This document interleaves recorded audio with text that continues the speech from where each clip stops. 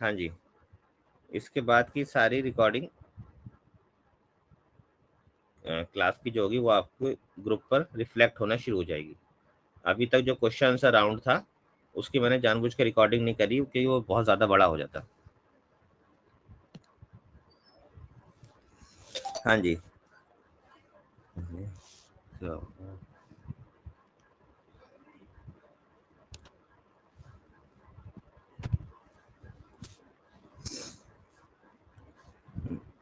मेरी आवाज़ आ रही है सभी को?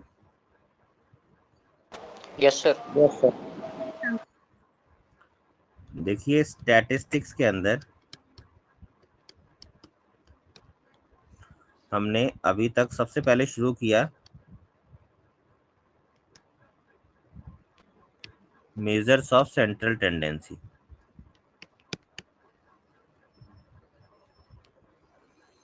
और मेजर ऑफ सेंट्रल टेंडेंसी शुरू करने से पहले मैंने आपको बताया कि जब हम डेटा को रिप्रेजेंट करते हैं तो डेटा 3 तरह की सीरीज में रिप्रेजेंट होता है। इंडिविजुअल सीरीज, डिस्क्रीट सीरीज और कॉन्टिन्यूस सीरीज। इंडिविजुअल सीरीज के अंदर डेटा इस तरीके से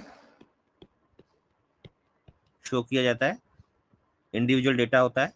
डिस्क्रीट सीरीज हम तब बताते हैं जब हमारे पास डेटा का एक्सपेंशन कम होता है, यानी कि फैलाव कम होता है और रिपीटिशन बहुत ज़्यादा होती है। तो रिपीटिशन होने की वजह से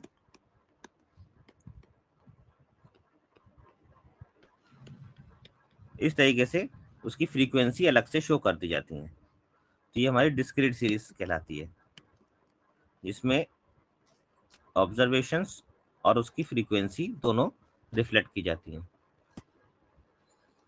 इसके बाद कॉन्टिन्यूस सीरीज के अंदर अगर डेटा का एक्सपेंशन बहुत ज़्यादा है, यानी कि मान लीजिए आपको 100 में से मार्क्स मिले हुए हैं और लगभग 200 स्टूडेंट्स का डेटा है, तो यहाँ पर हम लोग इंडिविजुअल एक्सप्रेशन शो नहीं कर सकते। यहाँ पर हम लोगों को क्लास इंटरवल शो करने पड़ते हैं, 0 to 10, 10 to 20, 20 to 30, 30 to 40, 40 to 50। और उसके साथ साथ frequency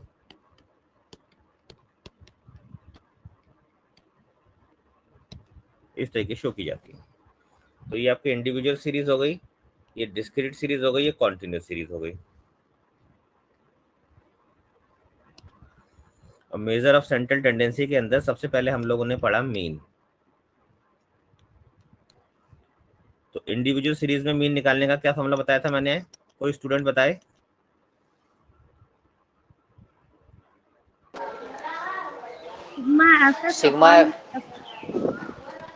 sigma FX upon N sir. Very good. कौन कौन बोला? अभिषेक पांडे सर। अभिषेक पांडे। उससे पहले? सूर्यकला। हाँ, लगता है आप दोनों ही मेरी क्लास में नहीं थे। मैं कौन सी सीरीज की बात कर रहा हूँ? कौन सी इंडिविजुअल ना सीरीज की सर। बात? इंडिविजुअल सीरीज में फ्रीक्वेंसी होती है इंडिविजुअल सीरीज में? No sir. तो जब इंडिविजुअल सीरीज में फ्रीक्वेंसी नहीं है तो फार्मूले में फ्रीक्वेंसी कहाँ से ले आए आप लोग? यही तो क्लास ना अटेंड करने का बेटा यही घाटा होता है। और जब एग्जाम में सवाल आ जाएगा इंडिविजुअल सीरीज का फार्मूला लिखने का और आप लिखाओगे सिग्मा एफएक्स, और वो जो गलत फार्मूला है ना केवल उस सवाल पे सॉरी प्रभाव नहीं सर, डालेगा। वो गलत एफएक्स नहीं फार्मूला, था, गलत formula. Sigma X upon N था सर। अरे भाई, सिग्मा अब मेरी बात सुनिए। गलत फार्मूला पता लगने से पता चल जाता है कि you are not serious in statistics. बाकी के भी जो तुम्हारे सही सवाल भी है ना वो भी बहुत लीनियंटली चेक किए जाते हैं, क्योंकि जब इतना बेसिक सवाल नहीं आता तो ये माना जाता है कि आगे सवाल ठीक किया होगा तो नकल मार के किया होगा।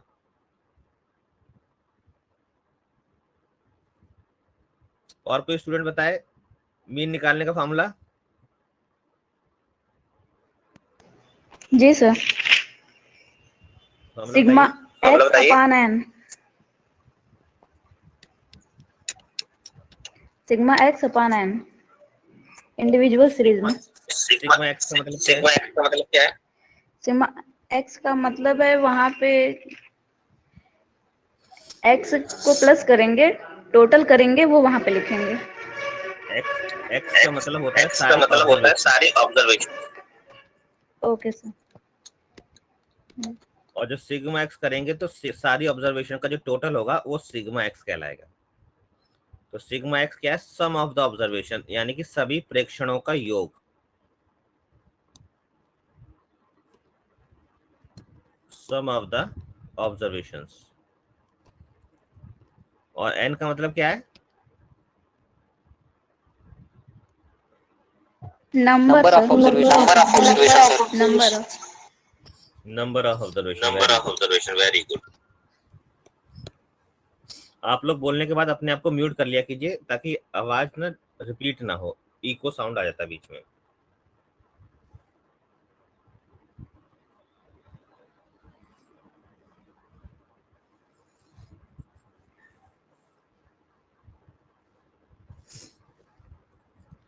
अच्छा, डिस्क्रीट सीरीज का फॉर्मूला बताइए। डिस्क्रीट सीरीज में अगर आपको मीन निकालना हो, सर इसका है F sigma F X upon F.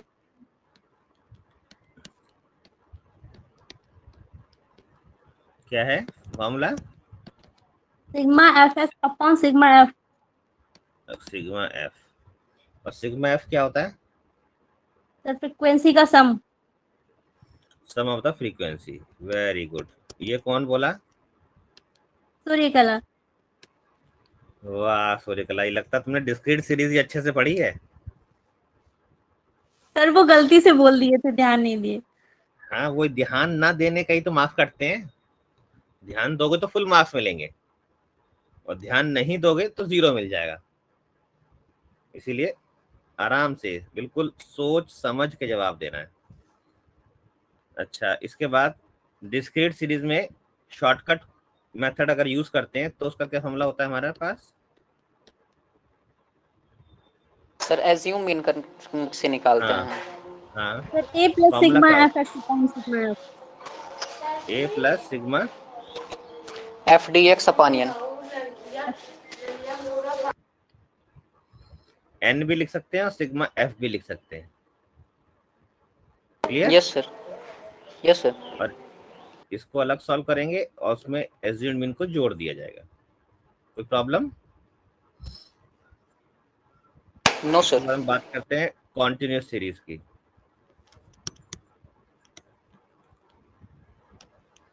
Continuous series में आपको जनरली एजुकेशन की बुक्स में सवाल जो आपको मिलेंगे वो इस तरीके के मिलेंगे।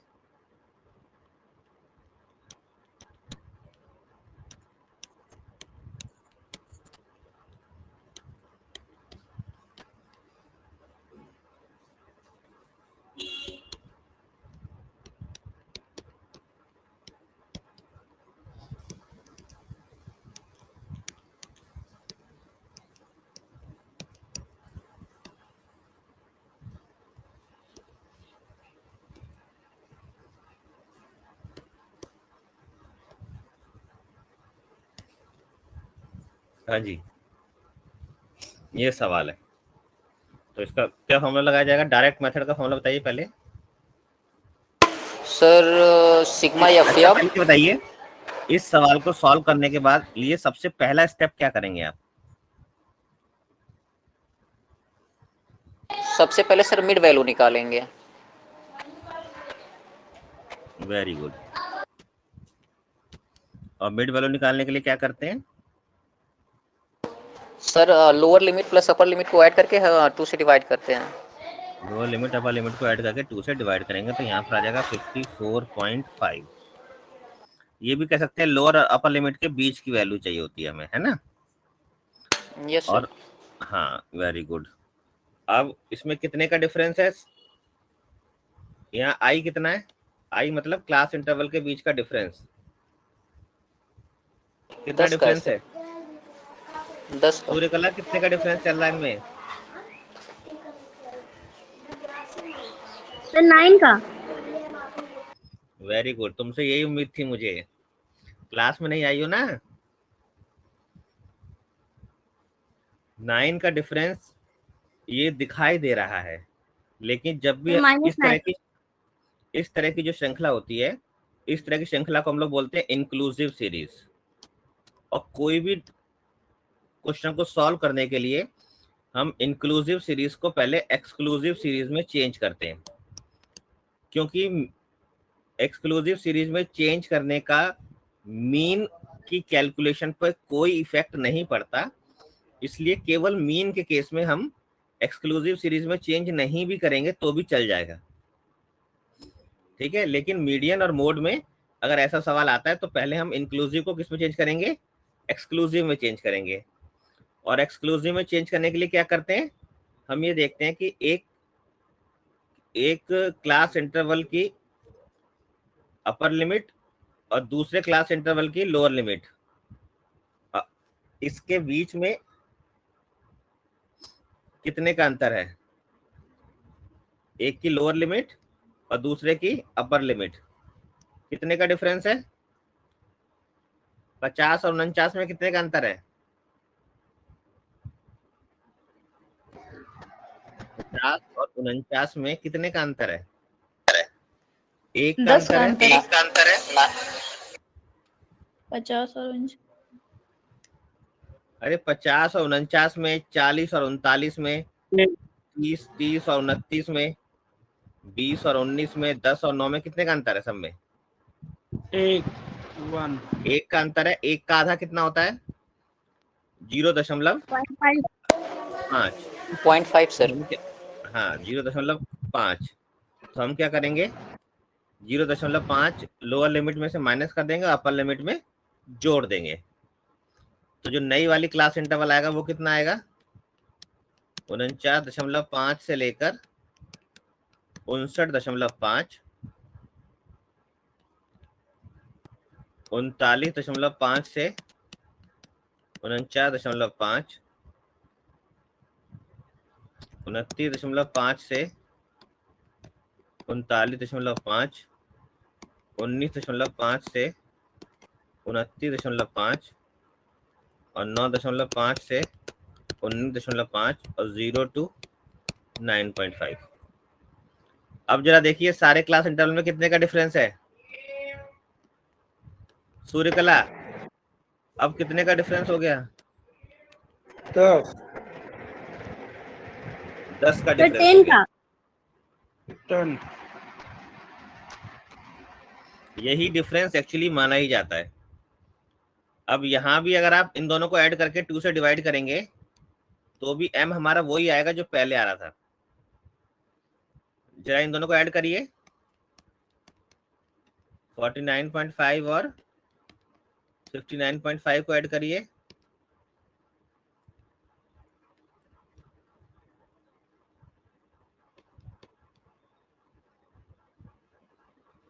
और इसको 2 से डिवाइड करिए, 54.5। तो 54.5। और क्योंकि सब में 10-10 का अंतर है तो 10-10 में से माइनस करते जाइए।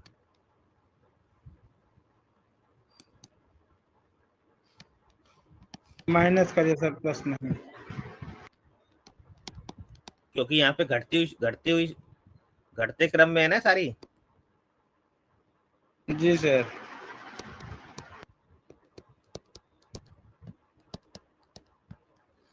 तो ये जो आपका m है ये बिल्कुल x की तरह काम करेगा जो डिस्क्रीट सीरीज में x था।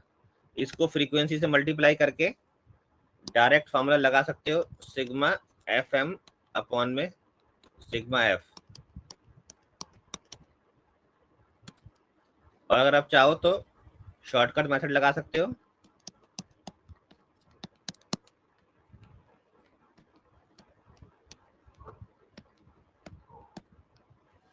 और अगर आप चाहो तो स्टेप डेविएशन मेथड जो मैंने आपको सिखाया था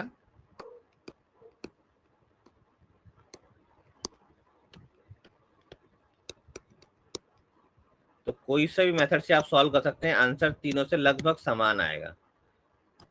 दशमलव में थोड़ा बहुत अंतर आ सकता है राउंड ऑफ करने में, अदरवाइज आंसर आपका सेम आएगा। अच्छा सर, क्या क्वेश्चन में ये कह सकते हैं कि नहीं इसी विधि से लगाइए? नहीं, ये छोटी क्लासेस में जनरली कहा जाता है, बड़ी क्लासेस में आपके ऊपर आपको फ्रीडम होती है। Okay sir. लेकिन कैलकुलेटर अलाउड नहीं है, तो कोशिश कीजिएगा ऐसे मेथड को यूज करें जिस मेथड से आपको कैलकुलेशन कम करनी पड़े। इसके बाद मैंने आपको मीन की विशेषताएं बताई थी। सर आप कह रहे थे कि इस बार हो सकता है वो कैलकुलेटर के लिए, लेकिन उसके लिए अभी कोई मीटिंग ही नहीं हो पाई। अब हम्म। मीटिंग जाके होगी जुलाई उलाई में, और तब तक हो सकता है कि आपका एग्जाम ही हो जाए उससे पहले।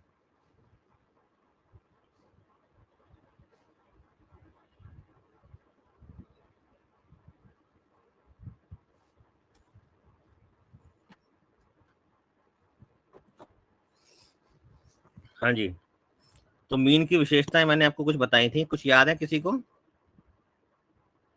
यस सर, आपने बताया था माध्य से लिए गए विचलनों के वर्गों का योग शून्य होता है।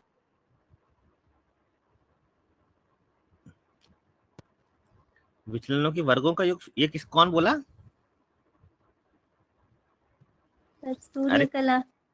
अरे भैया सूर्यकला, आज तो तुम एकदम ऐसी छाई हुई हो ना, एकदम गलत बोल रही हो। सर आपने पिछली क्लास में तो बताया था। हाँ, तो जो बताया था वो सुनती कहाँ हो तुम?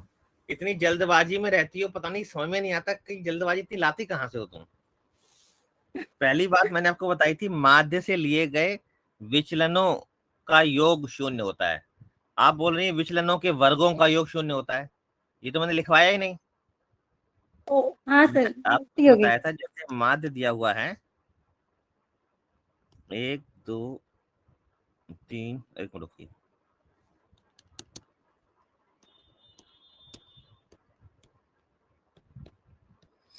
ये संख्या दी हुई है, यहाँ टोटल कितना आ रहा है? 30। माध्य निकालेंगे सिग्मा एक्स बटे एन करके, 30/5 कितना आया? 6। तो सारी संख्याओं में से यदि हम 6 माइनस करेंगे तो जो उसका टोटल आएगा वो शून्य आएगा। पहला मैंने ये बताया है। और 6 माइनस करने का मतलब है कि सारी संख्याओं का 6 से विचलन निकालने का प्रयास कर रहे हैं, 6 से दूरी निकालने का प्रयास कर रहे हैं। तो 2 में से 6 माइनस करेंगे तो -4 -2 0 2 4। अब देखिए, -6 + 6 शून्य हो गया। अब इसी लाइन को मैंने आपको लिखवाया था कि माध्य से लिए गए विचलनों का योग कितना होता है? शून्य होता है। और आप क्या बोल रहे हैं? माध्य से लिए गए विचलनों के वर्गों का योग। अरे भाई, वर्गों के योग के बारे में भी विशेषता है, लेकिन वो इसके बाद की विशेषता है। आपने दोनों विशेषताओं को मिक्स कर दिया। तभी तो कहा जाता है अध्यापक की बात को बहुत ध्यान से सुनना चाहिए।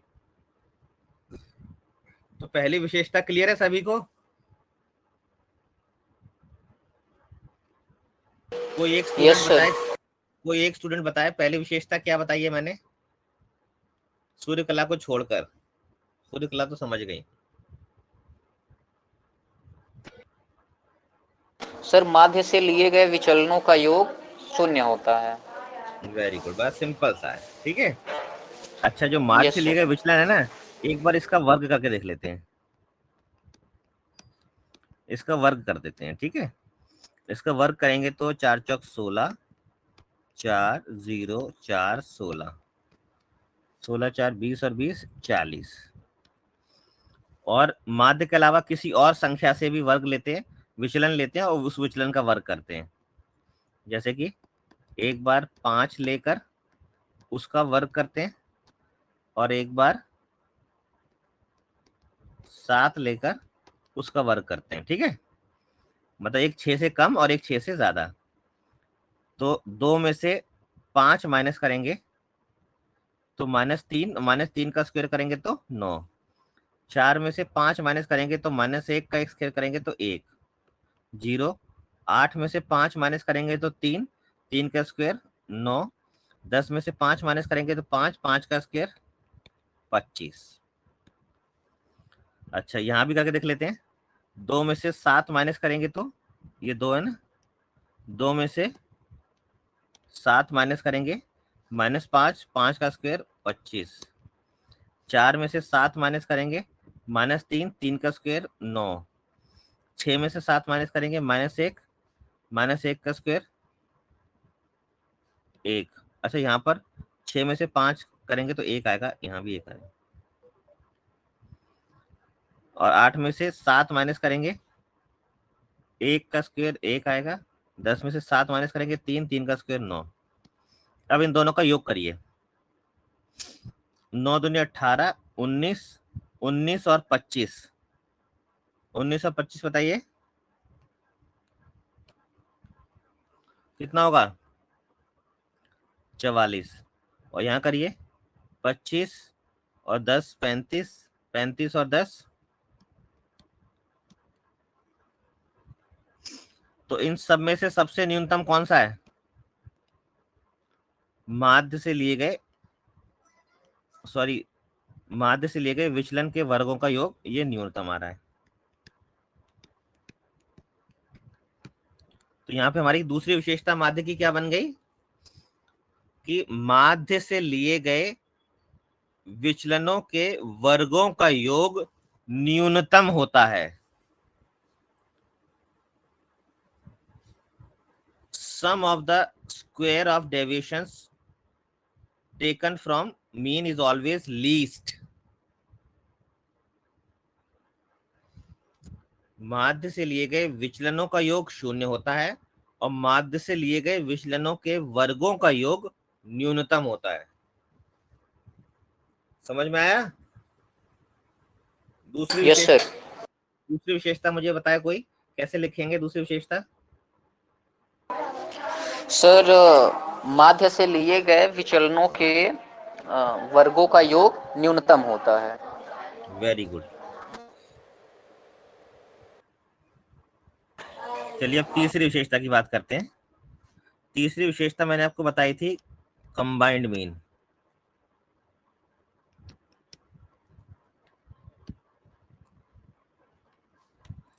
कंबाइंड मीन का कोई फॉर्मूला बता सकता है?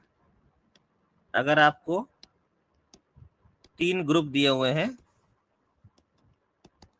एक ग्रुप में 10 बच्चे हैं, एक में 12 और एक में है 14, और तीनों का अलग अलग माध्य दिया हुआ है,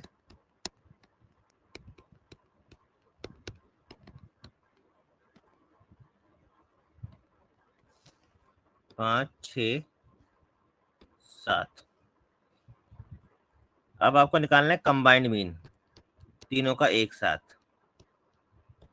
तो कोई फॉर्मूला बताए, सूर्यकला को छोड़कर कोई और बताए भाई। सूर्यकला ने तो सारे फॉर्मूले याद किए हुए हैं, बस खाली हौच पौच हो गया है। और कोई बताए? Sir n1 x1 plus n2 x2 plus n3 x3 अपान n1 plus n2 plus n3।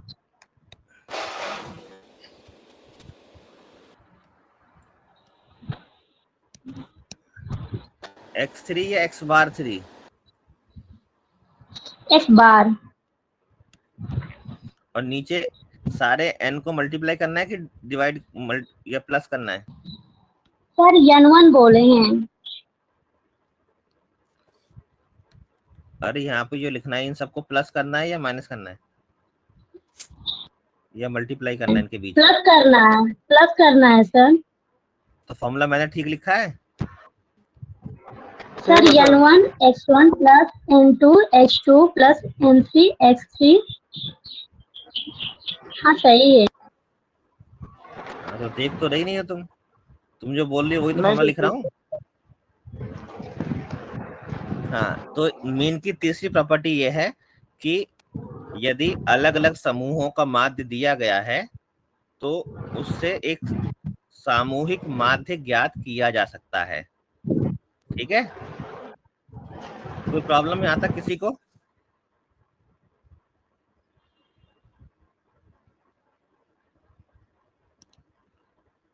माध्य की चौथी विशेषता ये है कि माध्य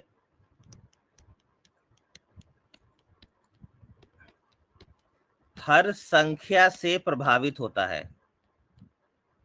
माध्य हर संख्या से प्रभावित होता है। जिस संख्या का आपने माध्य निकाला है, यहाँ पे माध्य हमारा आया था 6, तो अगर आप 2 को चेंज करेंगे तब भी 6 में चेंज आ जाएगा, 4 को परिवर्तित करेंगे तब भी 6 में परिवर्तन आ जाएगा, 6 को परिवर्तन करेंगे तब भी 6 में परिवर्तन आ जाएगा।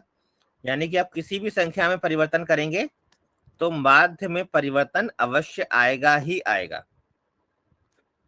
इसलिए माध्य जो है वो प्रत्येक संख्या से प्रभावित होता है।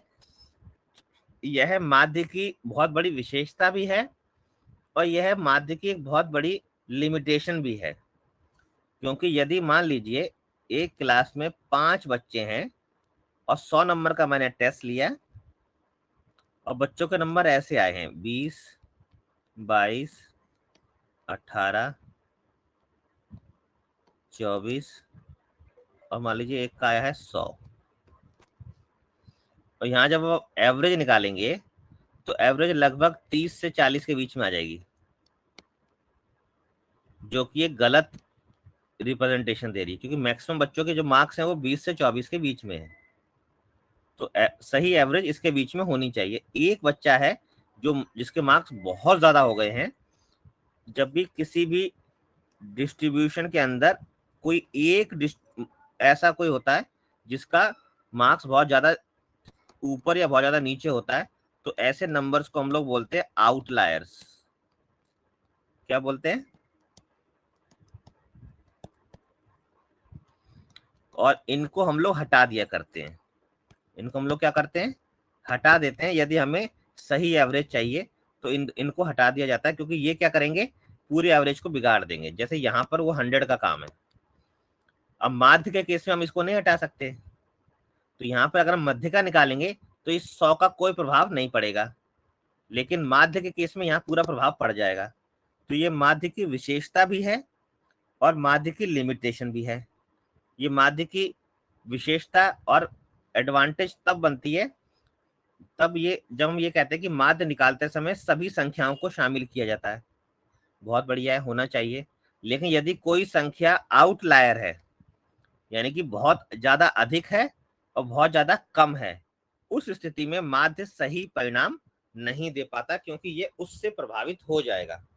तो ऐसी स्थितियों में हमें माध्य के अलावा कोई और केंद्रीय प्रवृत्ति का माप प्रयोग में लाने का प्रयास करना होता है, जिससे कि आउटलायर्स के प्रभाव को कम किया जा सके या खत्म किया जा सके।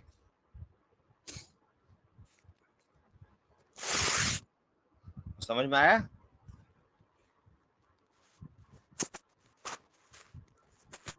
अरे समझ में आया, हाँ या ना? Yes sir. तो इस विशेषता को कैसे लिखेंगे? रुकिए, कोई स्टूडेंट का नाम लेता हूँ तब जाके समझ में आएगा। अवधेश, आप बताइए, अभी जो विशेषता मैंने बताई है इसको कैसे लिखेंगे?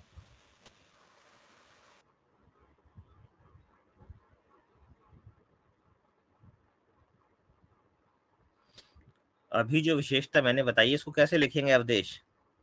अवधेश यादव, आप हैं क्लास में या फिर?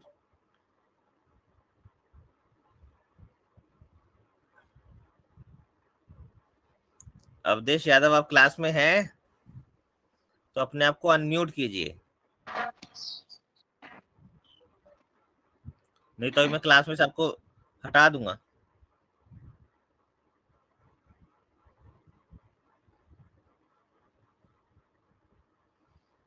चलो, इसका मतलब अवधेश यादव केवल ऑन करके गायब हो गए हैं और क्लास अटेंड नहीं कर रहे हैं। तो तुम्हारे तो बेटा एब्सेंट लग गई। अब और नाम लेता हूं।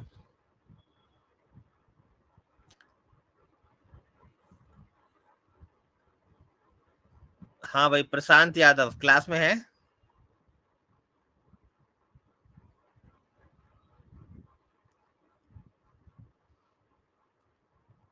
प्रशांत क्लास में है, हाँ या ना?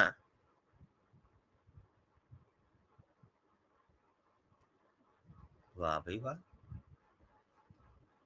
बहुत कम लोग क्लास में। परितोष, आप क्लास में हैं?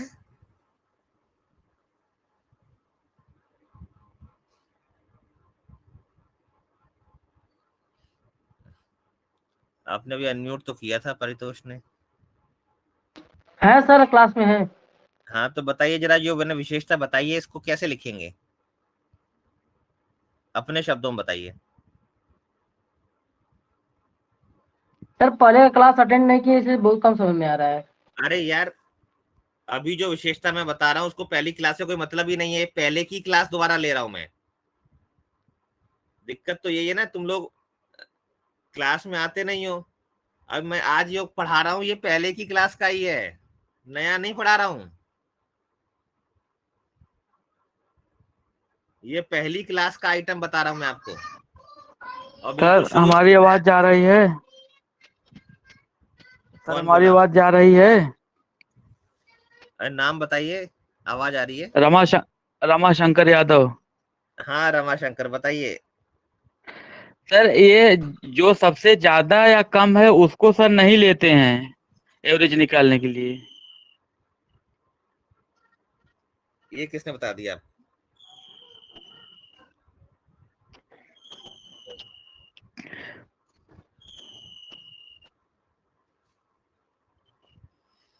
केवल इतना बताया है मैंने कि माध्य प्रेक्षण में दी गई हर संख्या से प्रभावित होता है, बस यही होगा। ये याद रहेगा। हाँ सर याद रहेगा। ये तो बड़ा सिंपल सा बताया मैंने।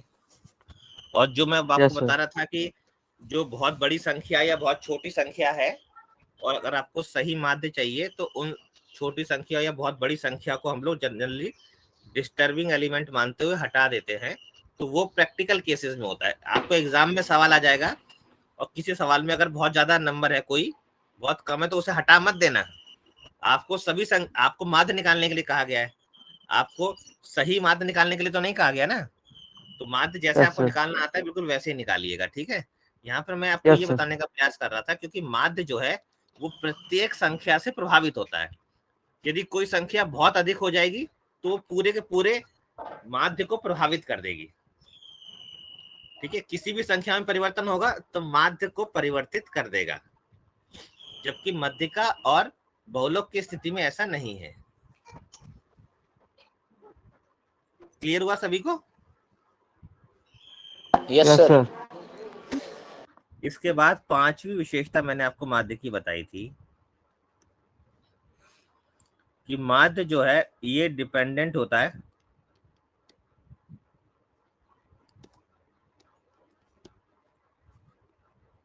Change of origin and change of scale पर।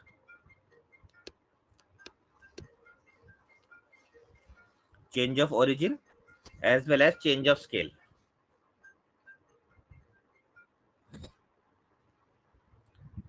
माध्य ओरिजिन को क्या बोलेंगे? केंद्र। केंद्र में परिवर्तन और पैमाने में यस सर। परिवर्तन दोनों से परिवर्तित हो जाता है, दोनों से प्रभावित होता है। इसका उदाहरण क्या हो सकता है? पहले तो ये समझिए कि ओरिजिन में चेंज होना क्या होता है। केंद्र में चेंज होने का मतलब ये होता है कि जैसे मान लीजिए आपके पास कोई संख्या दी हुई है 2 4 6 8 10 30 टोटल आया। यहाँ पे आपने माध्य निकाल के देखा हुआ है, माध्य कितना आया था? 6। अब यदि ये कहा जाए कि सभी बच्चों को 2 नंबर की ग्रेस दे दी गई, सभी बच्चों को 2 नंबर के ग्रेस मार्क्स दे दिए गए, तो ये यहाँ पे कितना हो जाएगा? 4 6 8 10 और 12 नई संख्या ये हो जाएंगी। तो जो नया माध्य आएगा, नया माध्य भी कितना हो जाएगा? उसमें भी 2 जुड़ जाएगा, यानी कि 8। कैलकुलेट करके देख लीजिए। पहले वाला माध्य आपको पता है, पहले वाला माध्य आपका 6 आया है। यहाँ टोटल करके देखिए, सब में 2 आपने जोड़ा है, तो 4 और 6 10 8 18 18 और 12 30 और 10 40। 40 को 5 से भाग करेंगे, कितना आएगा? 5 अट्ठे, और पुराने वाले माध्य में 2 जोड़ेंगे तो भी कितना आएगा? यानी कि यहाँ पे हमने ये सिद्ध कर दिया यदि सभी संख्याओं में एक समान संख्या जोड़ी जाएगी तो माध्य भी उतने से जुड़ जाएगा, और इसको हम क्या बोलते हैं कि माध्य केंद्र में परिवर्तन पर आश्रित होता है। यदि केंद्र में परिवर्तन होगा, ओरिजिन में परिवर्तन होगा, तो माध्य में भी परिवर्तन उतने से ही हो जाएगा। कोई प्रॉब्लम यहां तक? No sir. और इससे अगली विशेषता जो है वो ये है कि पैमाने में परिवर्तन से भी प्रभावित होता है। इसका क्या मतलब है? इसका मतलब ये है कि यदि मान लीजिए कहा गया कि सारे बच्चों के मार्क्स डबल कर दिए जाए, तो 2 दूनी 4, 4 दूनी 8, 6 दूनी 12, 8 दूनी 16 और 10 दूनी 20। सारे बच्चों के मार्क्स को हमने क्या कर दिया? डबल कर दिया। तो जो नया माध्य आएगा वो भी क्या होगा? 6 गुणा 2 12 आएगा। ये हमने इस विशेषता से पहले ही निकाल लिया। चलो इसको सिद्ध करके देख लेते हैं। सबको जोड़िए। 8 4 12, 12 12 24, 24 और 16 40 और 20 60। तो नया माध्य कितना आएगा? 60/5, 12 पंजे 60। तो ये भी हमने सिद्ध कर दिया कि माध्य जो है वो ओरिजिन से भी प्रभावित होता है, ओरिजिन में परिवर्तन होने से भी, और पैमाने यानी कि स्केल में परिवर्तन होने से भी प्रभावित होता है। ये माध्य की अगली विशेषता थी। इस विशेषता को जब एग्जाम में लिखेंगे तो उदाहरण के साथ लिखेंगे, तभी आपको फुल मार्क्स मिलेगा। केवल इतना लिख देंगे तो आपको हाफ मार्क्स मिलेगा। क्लियर है सभी को? ये जो मैंने अभी तक विशेषताएं आपको बताई माध्य की, ये सभी को क्लियर है? Yes sir. Yes sir. किसी को कोई डाउट हो तो अभी पूछ लीजिए।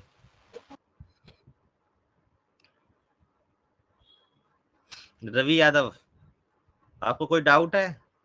आपने हाथ खड़ा किया हुआ है।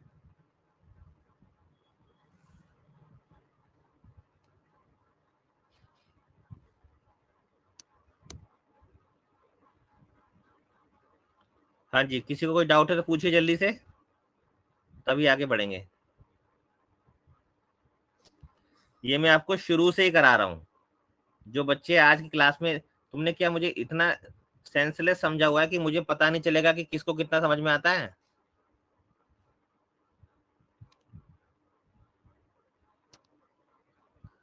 मुझे पूरा समझ में आता है कि तुम्हें कितना समझ में आ रहा है, कितना समझ में नहीं आ रहा है, कौन क्लास अटेंड कर रहा है, कौन क्लास अटेंड नहीं कर रहा है।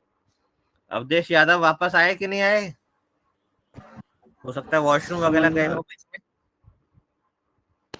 पता नहीं सर। प्रशांत, तुम्हें तो गोल्डन चांस मिला है। शादी में वहां बिजी थे तो यहाँ पे दोबारा से। शादी प्रशांत की थी ना? जी सर। Yes sir.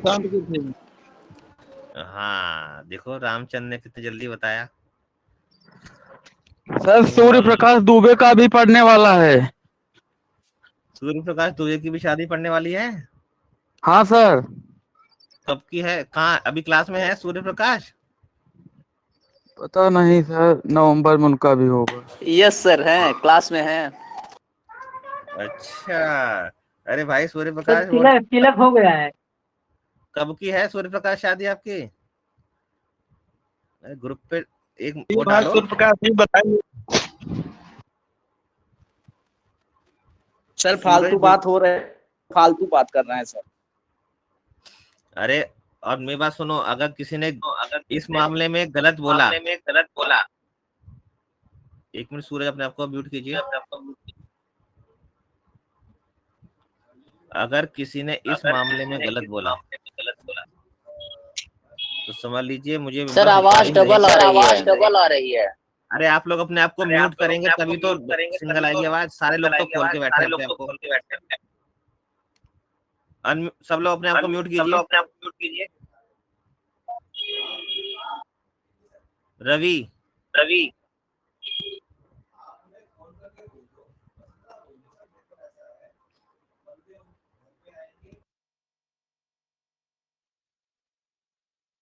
क्या बोले? पापा फोन कर रहे हैं। मम्मी जबरदस्ती भी आए थे। हेलो अरे आए थे मम्मी।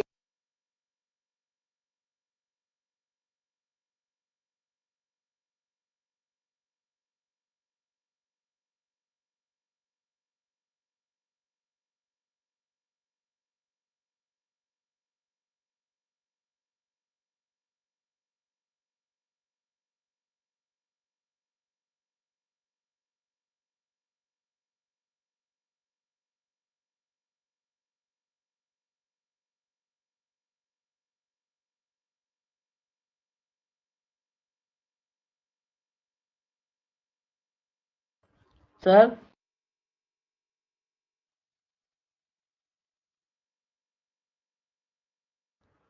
हाँ जी, हाँ पूछिए।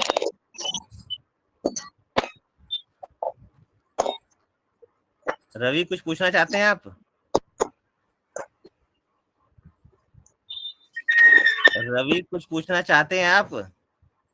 नहीं सर। हाँ सर प्रशांत बोल रहा हूँ। हाँ प्रशांत। हेलो सर, अभी थोड़ा मुझे समझ में कम आ रहा है, 2-4 दिन पढ़ लेंगे तो सर फिर जो पूछेंगे हाँ बताएंगे। तो अभी तो तुम्हें समझ में आएगा कैसे भाई। सर पढ़े नहीं थी ना, 1 दिन क्लास अटेंड नहीं की थी इसलिए। चलिए वो तो मैं सर शुरू कॉलेज की में तो भी नहीं क्लास अटेंड बता कर रहा पाए हूँ। थे। अरे जी भाई शुरू की ही क्लास बता रहा हूँ मैं, जी सर नई जी क्लास तो मैं बता ही नहीं रहा हूँ। जी इसलिए आपको ज्यादा इस टेंशन की जरूरत नहीं है, बिल्कुल शुरू जी से बता रहा हूँ सब कुछ। जी सर इसलिए सब लोग ये ध्यान से क्लास सुनते में रहे भी और चला क्लास गया अटेंड सर, करते रहे। जी सर ये तो ऑफलाइन में भी पढ़ाया गया तो ये ऑनलाइन में भी चल रहा है। हाँ ठीक सर। अपने आप को बोलने के बाद तुरंत बाद म्यूट कर दिया कीजिए, ताकि 2 बच्चे एक साथ अपने आप को अनम्यूट कर देंगे तो आवाज जो है डबल रिपीट होनी शुरू हो जाएगी। इसलिए आप जैसे ही बोल रहे हैं, आपकी बात कंप्लीट हो जाए तुरंत अपने आप को म्यूट कर दीजिए। ये ऑनलाइन क्लासेस के एटिकेट्स होते हैं, मैनर्स होते हैं, ठीक है। Okay sir. Okay sir.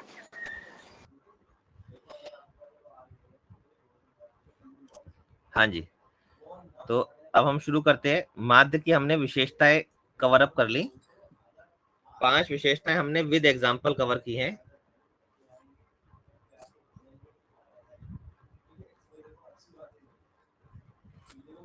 हाँ जी, अब हम पढ़ेंगे मध्यका के बारे में। माध्य के बाद मध्यका के बारे में पढ़ेंगे। और मध्यका का माध्य से कोई लेना देना नहीं है, और ये एकदम नई चीज है, ठीक है। तो इसको सारे बच्चे शुरू से ध्यान से देखेंगे। मध्यका निकालने के लिए सबसे पहले, जैसे हमने माध्य को इंडिविजुअल सीरीज में, डिस्क्रीट सीरीज में और कॉन्टिन्यूअस सीरीज में देखा था, उसी तरीके से मध्यका को भी इंडिविजुअल, डिस्क्रीट और कॉन्टिन्यूअस सीरीज में हम लोग पढ़ेंगे। सबसे पहले हमने इंडिविजुअल सीरीज की बात करी थी। इंडिविजुअल सीरीज में आपको मान लीजिए किसी क्लास के मार्क्स दिए हुए हैं इस तरीके से,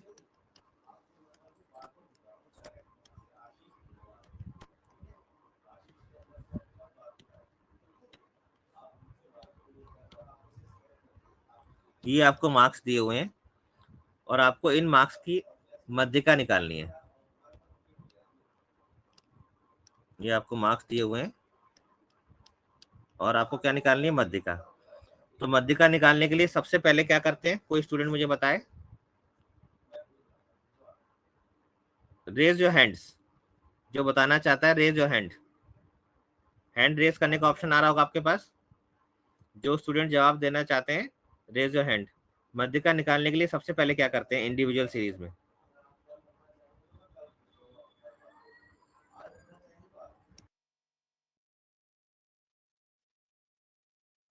असेंडिंग ऑर्डर या डिसेंडिंग ऑर्डर में सर जी?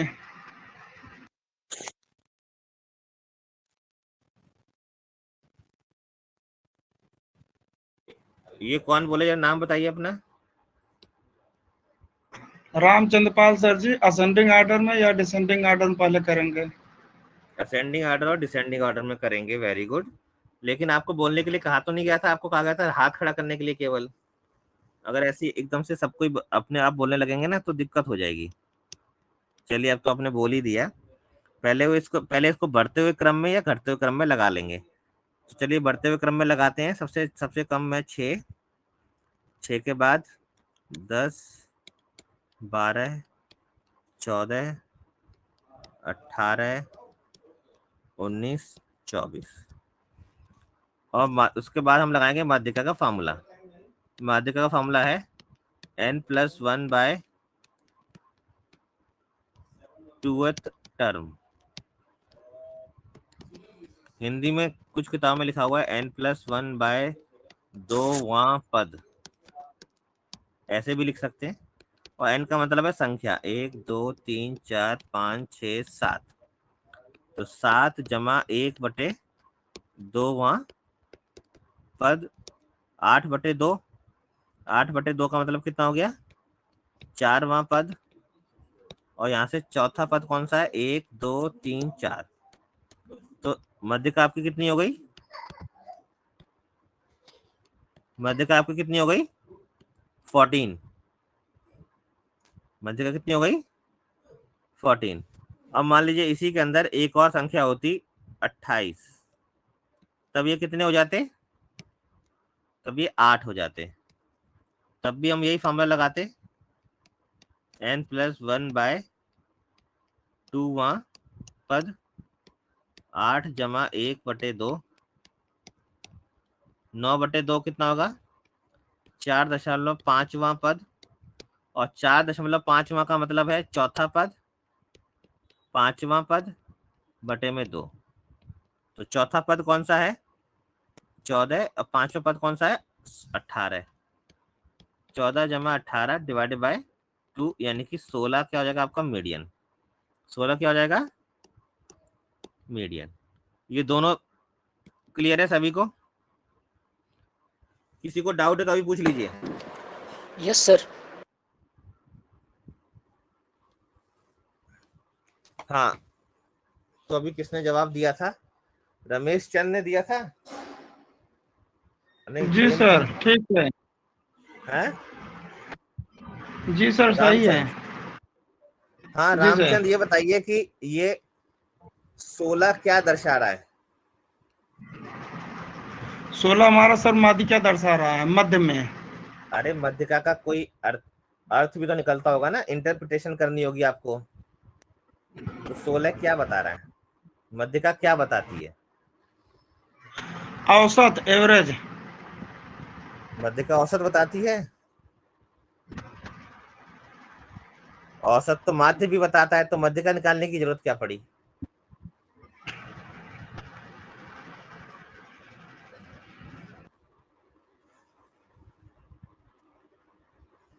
बताइए।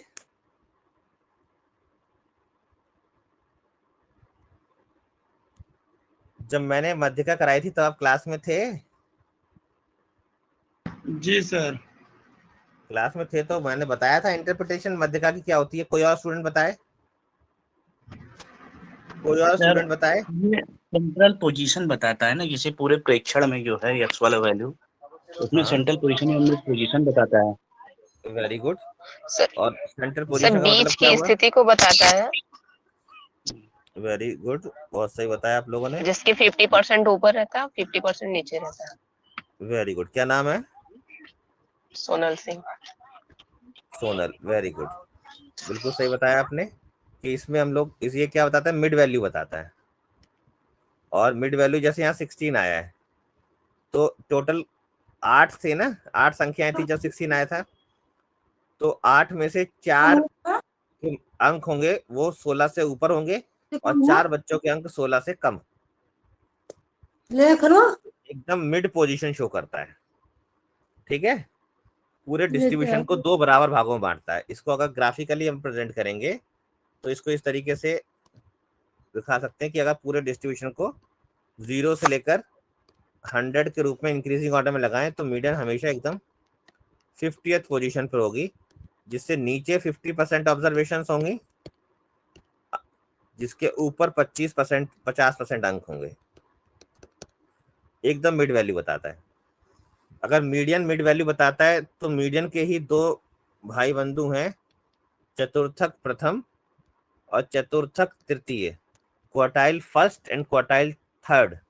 क्वार्टाइल फर्स्ट शो करता है एक ऐसा नंबर जिससे बिलो 25% ऑब्जर्वेशंस लाई करती हैं और जिसके अबव 75% ऑब्जर्वेशंस लाई करते हैं। क्वार्टाइल 3 एक ऐसा नंबर शो करता है जिसके नीचे 75% संख्याएं हैं और जिसके ऊपर 25% संख्याएं हैं। और जिस तरीके से चतुर्थक जो है 25% के हिसाब से चलते हैं, तो अगर Q1 यहाँ पर है, Q3 यहाँ पर है, तो इनके जो बीच में रहेगा उसको हम लोग क्या बोलते हैं, Q2। और Q2 ही मीडियन का दूसरा नाम है।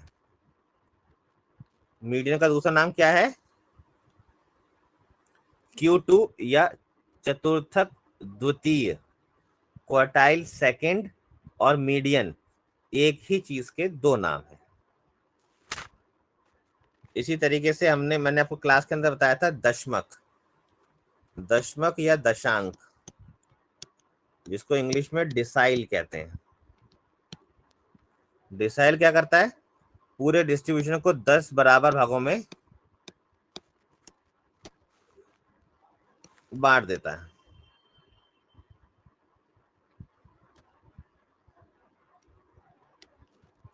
एक, दो, 3, 4, 5, 6, 7, 8, 9, 10। तो डिसाइल D1 से लेकर D10 तक होते हैं।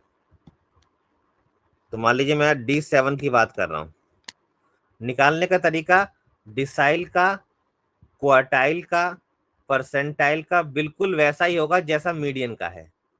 तो मीडियन के फार्मूले अगर आपको याद हैं तो डिसाइल, क्वार्टाइल, परसेंटाइल, यानी कि दशांक, चतुर्थक और शतांक, इन तीनों के फार्मूलों को आप मध्यिका के फार्मूले से आसानी से ज्ञात कर सकते हैं। ठीक है, तो मान लीजिए आपको D7 की इंटरप्रिटेशन देनी है। तो D7 की इंटरप्रिटेशन क्या होगी कि D7 एक ऐसा अंक होगा जिससे नीचे टोटल डिस्ट्रीब्यूशन का 70% अंक होंगे और जिसके ऊपर टोटल डिस्ट्रीब्यूशन के 30% ऑब्जर्वेशन लाई करेंगे। यानी कि मान लीजिए 500 बच्चों ने कोई एग्जाम दिया है और 50 नंबर का एग्जाम है। मैक्सिमम मार्क्स कितने हैं, 50। और बच्चों ने कितने ने एग्जाम दिया है, 500 ने। या मान लीजिए 1000 बच्चों ने एग्जाम दिया है। 50 नंबर का एग्जाम बच्चों ने 1000 बच्चों ने दिया है और D7 मान लीजिए आपका आया 33। तो 33 क्या बताता है कि 1000 में से 700 बच्चों के अंक 33 से कम आए हैं और 300 बच्चों के अंक 33 से अधिक आए हैं। इसी तरीके से D2 क्या बताएगा, मान लीजिए D2 आया है 12 है।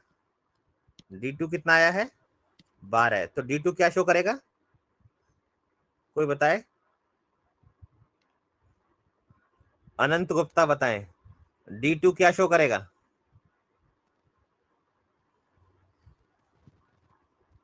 अनंत गुप्ता क्लास में है,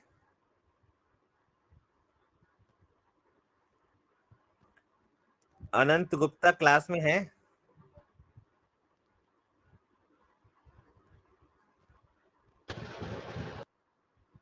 हाँ, अवधेश बता रहे हैं, D2 क्या बताएगा।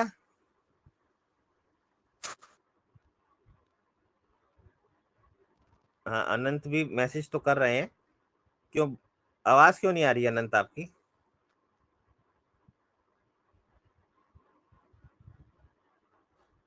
मैंने आपसे पूछा है कि एक एग्जाम हुआ जिसमें 1000 बच्चे अपीयर हुए और टोटल मार्क्स था उसका 50 और आपका D2 आया 12।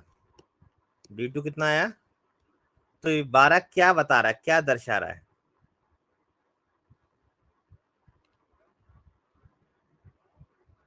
बारह क्या दर्शा रहा है। हाथ खड़ा किया किसी ने, सौरभ, हाँ जी बताइए सर। सौरभ। सर इसका ये मतलब है कि जो D2 का मतलब हो गया 200 लोग 1000 में से 12 अंक से ज्यादा पाए हैं, बाकी जो 800 लोग हैं वो 12 अंक से कम पाए हैं 50 में से। उल्टा बता दिया। D2 लोअर तरफ होता है ना, जैसे अच्छा। ऐसे करेंगे तो यहाँ D2 यहाँ होगा ना, तो इससे कम 20% होता है। 1000 का 20% कितना हुआ? 200।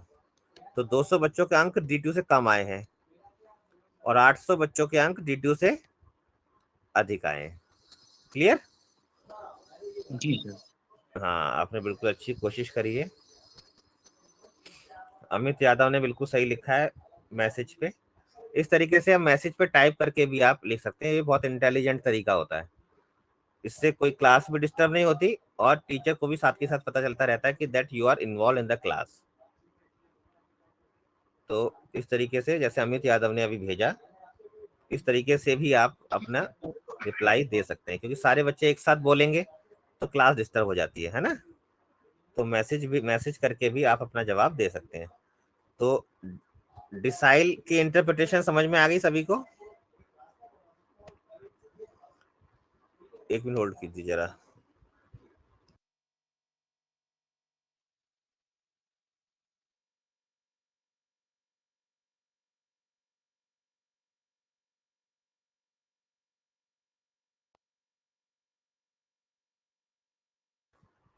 हाँ जी, थोड़ी बैकग्राउंड आवाज आ रही थी।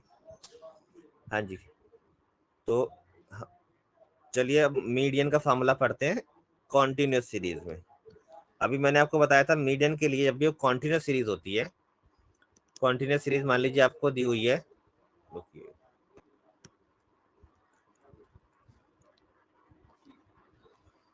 कॉन्टिन्यूस सीरीज आपको इस तरीके से दी जाती है। जनरली आप देखेंगे किसी किताब में 40 से 49,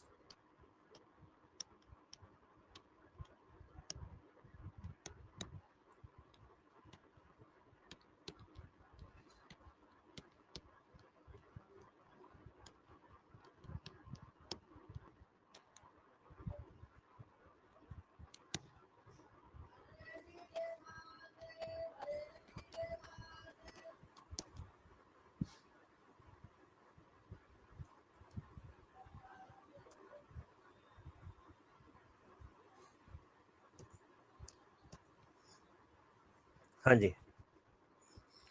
पहले तो एक चीज याद रखिएगा हमेशा कि 99% केसेस में ये हो सकता है कि आपको इस तरीके से उल्टा सवाल दिया जाए। तो उल्टे सवाल में जो क्यूमुलेटिव फ्रीक्वेंसी निकाली जाती है वो नीचे से निकाली जाती है इस तरीके से। ठीक है, या तो इस सवाल को सीधा कर लीजिए और या क्यूमुलेटिव फ्रीक्वेंसी को उल्टा कर लीजिए। सर सवाल सीधा करके लगा सकते हैं ना? बिल्कुल लगा सकते हैं। Okay sir. ठीक है, तो अब देखिए जरा ध्यान से, इसमें अब इस सवाल को सॉल्व करने से पहले आपको दो चीजें करनी पड़ेंगी। पहली चीज आपको क्या करनी है कि जो हमारा क्लास इंटरवल है ये इंक्लूसिव सीरीज में है, इसको एक्सक्लूसिव सीरीज में चेंज कर दें। तो क्लास इंटरवल को एक्सक्लूसिव सीरीज में चेंज करेंगे तो 0.5 यहाँ से माइनस हो जाएगा, 0.5 यहाँ पर प्लस हो जाएगा। तो 39.5 से 49.5, 29.5 से 39.5, 19.5 से 29.5 और 9.5 से 19.5 और 0 से 9.5। तो आप चाहो तो इसको उल्टा कर सकते हो। उल्टा करेंगे तो 0 से 9.5, 9.5 से 19.5, 19.5 से 29.5, 29.5 से 39.5 और 39.5 से 29.5। ये क्लास इंटरवल आपने उल्टा कर दिया। क्लास इंटरवल उल्टा करते समय बच्चे गड़बड़ करते हैं, फ्रीक्वेंसी वैसे ही लिख देते हैं जबकि क्लास इंटरवल उल्टा हुआ है तो फ्रीक्वेंसी भी उल्टी हो जाएगी। 5, 7, 15, 8, 5। यहां तक किसी को कोई प्रॉब्लम? No sir. सर 0.5 क्यों जोड़े हैं सर, यही समझ में नहीं आ रहा है। 0.5 जोड़े ही नहीं है, घटाए भी हैं, क्योंकि आप क्लास यही में सर आए समझ, नहीं थे ना। हाँ हाँ सर क्लास में नहीं था उसमें। हाँ, एक्चुअली दो तरह की संख्याएं होती हैं, दो तरह के तरीके से हम जो संख्याओं को प्रदर्शित कर सकते हैं। जैसे यहाँ पे जो प्रदर्शित की हुई है, इसको हम लोग बोलते हैं इंक्लूसिव सीरीज। इसका मतलब यह है कि जिस बच्चे के 49 अंक भी होंगे, 39 अंक भी होंगे, वो भी यहाँ पर शामिल है। ठीक, तो 30 से 39 के बीच में जितने बच्चों के अंक हैं, चाहे वो 39 ही क्यों ना हो और 30 भी क्यों ना, वो टोटल कितने हैं? 8। ठीक, तो क्योंकि इसमें अपर लिमिट को भी शामिल किया जा रहा है, इसलिए इसको हम लोग क्या बोलते हैं? Inclusive series. लेकिन यहाँ पे दिक्कत ये है, मान लीजिए किसी बच्चे के अंक आ गए 39.5। अब वो 39.5 वाला बच्चा कौन से, इसमें से कौन से वर्ग अंतराल में आएगा बताइए?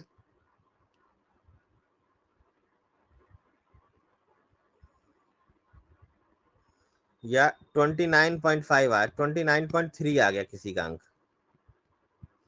तो 29.3 कहाँ जाएगा?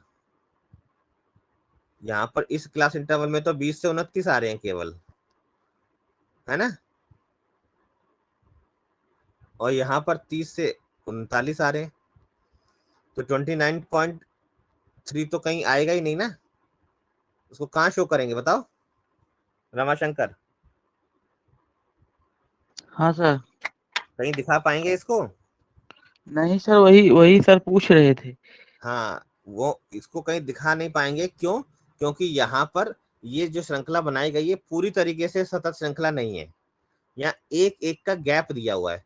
29 और 30 के बीच में एक का गैप है, 19 और 20 के बीच में एक का गैप है, 9 और 10 के बीच में एक का गैप है, 39 और 40 में एक का गैप है। श्रृंखला है, गैप, उसी गैप को खत्म करने के लिए वो जो अंतर जितने का भी है, यहाँ पे जैसे एक का अंतर, उस एक को दो भागों में बांट देते हैं, तो 0.5 एक तरफ और 0.5 एक तरफ। एक जो निम्न सीमा होती है उसमें से 0.5 माइनस कर दिया जाता है और ऊपरी सीमा में 0.5 ऐड कर दिया जाता है। तो उसके बाद हमें इस तरह की श्रृंखला मिल जाती है। देखिए, अब ये पूरी तरीके से सतत श्रृंखला है।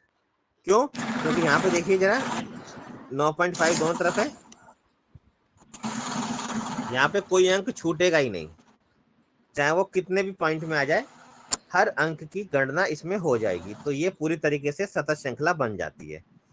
और इसमें एक डाउट लोगों को होता है कि जैसे किसी बच्चे के 39.5 आ गए, तो वो इसके आगे उसकी आवृत्ति लिखी जाएगी या इसके आगे लिखी जाएगी? तो इसका जवाब ये है, इसमें ऊपरी सीमा जो होती है ये एक्सक्लूड होती है। यानी कि किसी बच्चे के अगर 9.5 आए हैं तो उसकी आवृत्ति इसमें आएगी, ना कि इसमें। 9.5 इसमें शामिल नहीं होगा, इसमें शामिल होगा। इसलिए इस तरह की श्रृंखला को हम लोग क्या बोलते हैं? एक्सक्लूसिव सीरीज, क्योंकि इसमें ऊपरी सीमा को हटा दिया जाता है, एक्सक्लूड कर दिया जाता है, इसलिए इसको क्या बोलते हैं? तो जब भी सवाल आपको इंक्लूसिव सीरीज का आए, तो सबसे पहले आपको क्या करना है? उस सवाल को किस में कन्वर्ट करना है? एक्सक्लूसिव सीरीज में कन्वर्ट करना है। और अगर हो सके तो उस उल्टे सवाल को सीधा कर दीजिएगा। अगर सवाल उल्टा लिखा हुआ है, मैक्सिमम किताबों में, एजुकेशन किताबों में आप देखेंगे सवाल उल्टा दिया जा रहा है, तो उसको आप क्या करेंगे? उसको सीधा कर देंगे। क्लियर है? Yes sir. अब ये आपका सवाल क्या बन गया? कहाँ गया? अरे भाई इसको, हाँ, अब ये सवाल आपका फाइनल है।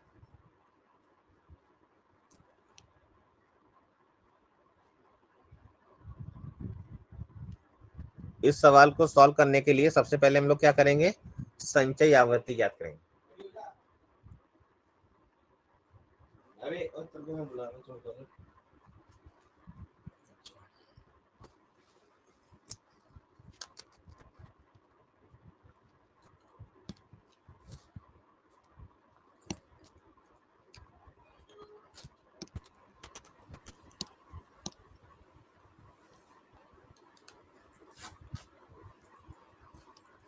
सवाल आपका है 0 से 9.5, 9.5 से 19.5, 19.5 से 29.5, 29.5 से 39.5, 39.5 से 49.5।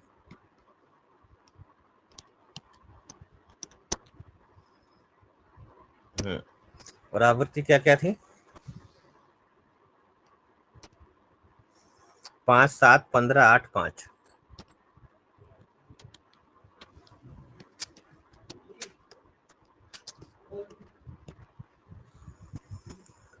तो क्योंकि ये अब देखिए बढ़ते हुए क्रम में हो गया ना, तो संचयी आवृत्ति कैसे निकालेंगे, 5 में अगली आवृत्ति जोड़ेंगे 7, 5 और 7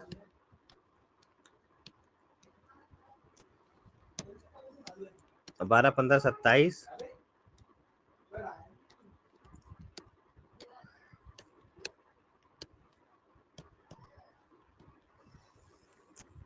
यहां तक क्लियर है सभी को?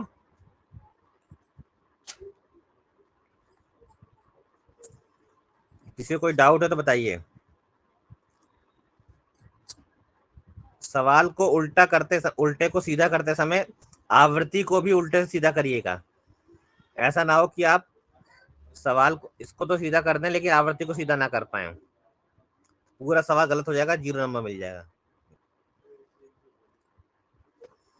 अब यहाँ मीडियन निकालने से पहले हमें देखना पड़ेगा इनमें से कौन से वर्ग अंतराल में मध्यिका आपकी है। उसके लिए हमें क्या करना है, मीडियन क्लास निकालनी है। मीडियन क्लास क्या होती है, n/2, तो 40/2 यानी कि 20।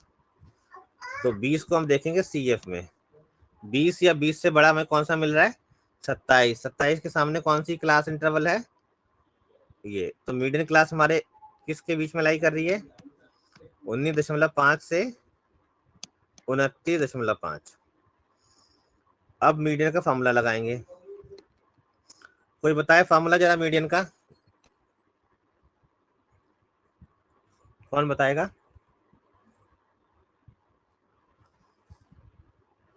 अभिषेक बताना चाहते हैं, और कोई?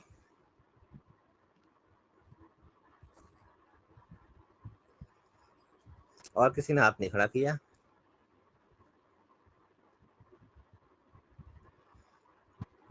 चलिए अभिषेक आप बताइए, क्या फॉर्मूला होगा मीडियन का? Sir L1 plus n/2 minus CF preceding और इंटू I अपॉन में FMD। F यानी कि फ्रीक्वेंसी मीडियन क्लास की, यस सर, इंटू I। तो L1 तो आपका ये हो गया, यस सर, लोअर लिमिट 19.5। 19.5 आपका ये हो गया L1। और n/2 आपने अभी निकाला ही था, n/2 आपको कितना आया था, minus cumulative frequency of preceding class. जो क्लास आपकी मीडियन क्लास है इससे पहले वाली क्लास की क्यूमुलेटिव फ्रीक्वेंसी। Yes sir, 12। ये कितनी, 12। फ्रीक्वेंसी ऑफ मीडियन क्लास, ये फ्रीक्वेंसी मीडियन क्लास की 15। और इसके बीच में कितने का अंतर है, क्लास इंटरवल के बीच में 10 का अंतर है। ठीक है, इसको सॉल्व कर लेंगे।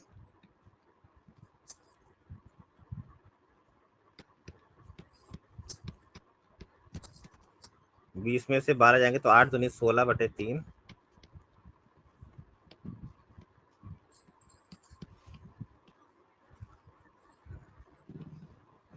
5.33 सर।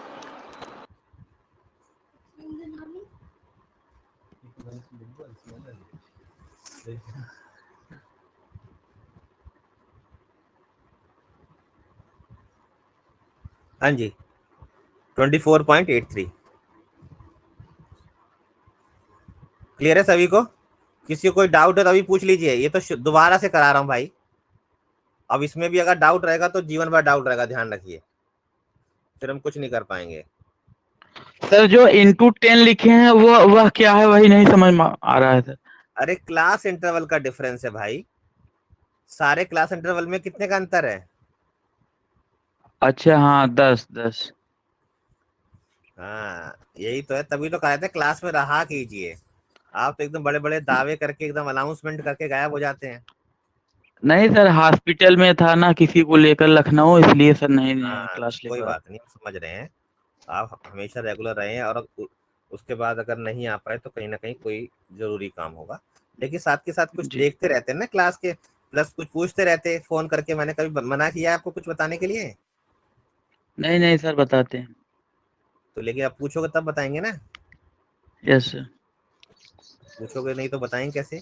आप में से किसी भी स्टूडेंट को मैंने फोन करके अगर आपने कुछ पूछा है तो कभी भी किसी को मना किया है कि मैं फोन पे नहीं बताऊंगा? नो सर, ऐसी कोई बात नहीं सर। लेकिन फोन किसी ने किया नहीं। 2-4 बच्चों का फोन आता है, उनको मैं बता देता हूँ। जिसका फोन नहीं आता, अब पता नहीं, कुछ लोग कहते हैं कि बच्चे डरते हैं मुझसे।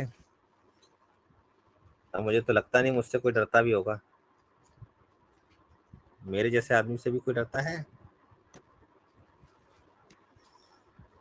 मैं तो कभी डांटता भी नहीं आप लोगों को।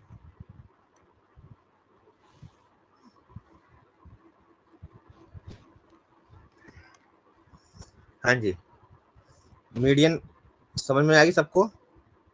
उसके बाद हम बात करते हैं मोड। मोड की इंटरप्रिटेशन मैंने क्लास में बताई थी।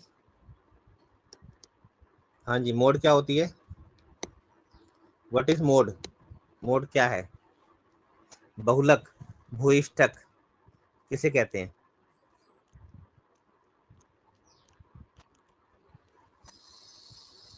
तो सर जो नंबर सबसे ज्यादा बार आता है। किसी भी संख्याओं के समूह में जो संख्या सबसे अधिक बार जिसकी आवृत्ति होती है, वो अपनी आवृत्ति अधिकतम होने की वजह से औसत पर पूरा प्रभाव डालती है। भाई जाहिर सी बात है, एक जैसे एक ही माइंडसेट वाले आपके 50 में से 12 बच्चे एक ही माइंडसेट के हो जाएं तो 12 बच्चे जाहिर सी बात है पूरी क्लास को प्रभावित कर देंगे। तो इसी तरीके से जब एक ही संख्या कई बार रिपीट होती है तो वो संख्या जो रिपीटिशन है उसका बड़ा महत्व हो जाता है पूरे समूह के औसत में। तो उसी संख्या की जो आवृत्ति है, उस आवृत्ति, जिस संख्या की आवृत्ति सबसे अधिक होती है, वो अपनी आवृत्ति अधिक होने की वजह से पूरे समूह के औसत पर अपना प्रभाव डालती है। इसलिए उस संख्या को बहुलक या भूइष्ठक की संख्या दी जाती है, जो कि केंद्रीय प्रवृत्ति के माप में से एक माप माना जाता है। बहुत आसान है। अगर इंडिविजुअल सीरीज है तो जो संख्या सबसे ज्यादा बार रिपीट हुई है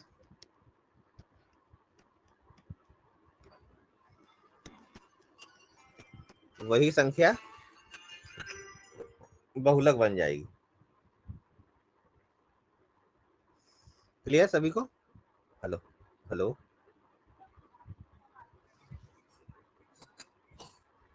क्लास ले रहा हूँ, क्लास के बाद बात।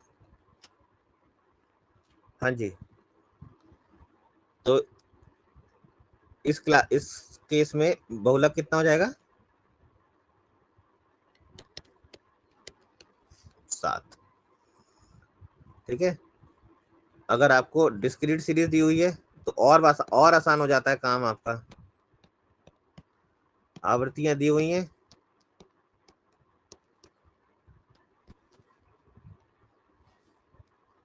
तो जिसकी आवृत्ति सबसे ज्यादा है तो यहाँ पे बहुलक कितना हो जाएगा,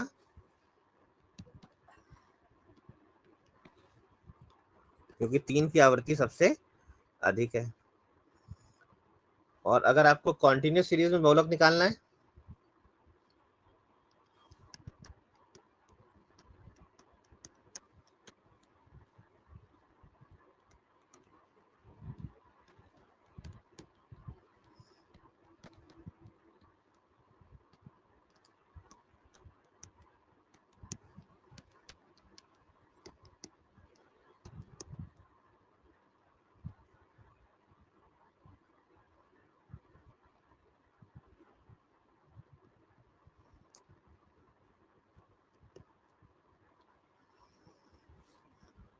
तो यहाँ पर आपको, एक मिनट रुकिए,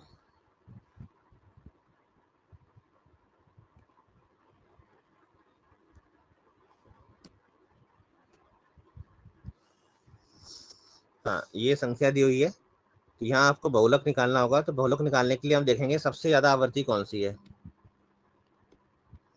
ये कौन से वर्ग अंतराल में लाई कर रही है, 10 से 19 में। तो 10 से 19 वर्ग अंतराल के बीच में ही बहुलक लाई करेगा। और बहुलक को निकालने के लिए हम इसका फॉर्मूला लगाएंगे, L1 प्लस में F1 माइनस F0 बटे में 2F1 minus F0 minus F2 into आई। L1 जो इसकी लोअर लिमिट है, लोअर लिमिट कितनी है, 10 से 19। 10 से 19 को जब हम लोग एडजस्ट करेंगे तो ये कितनी हो जाएगी, तो इसकी लोअर लिमिट कितनी हुई, 9.5। आप चाहें तो पूरे सवाल को दोबारा लिख सकते हैं, तब इसको सॉल्व कर सकते हैं। और चाहे तो केवल और केवल उसी वर्ग अंतराल को ही एडजस्ट कर ले बाद में, जैसे मैंने किया है। F1 इसके सामने वाली संख्या होती है, F0 इसके पहले वाली आवृत्ति, रुकिए एक मिनट, यहाँ क्योंकि उल्टा लिखा हुआ है इसलिए F0 यहाँ रहेगा और F1 यहाँ रहेगा। क्लियर है सभी को, क्योंकि उल्टा लिखा हुआ है, दिखाई दे रहा है। तो F1 कितना है हमारा,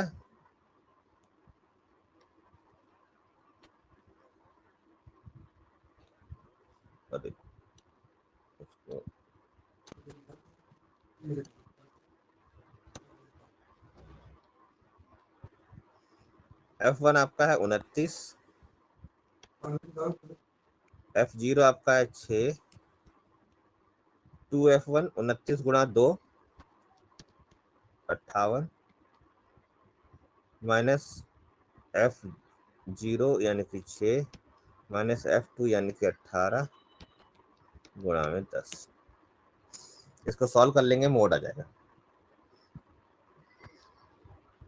तो इसके साथ ही हम लोगों ने मीन, मीडियन, मोड और मीन की विशेषताएं, जो कि अधिकतर सवाल में पूछी जाती हैं।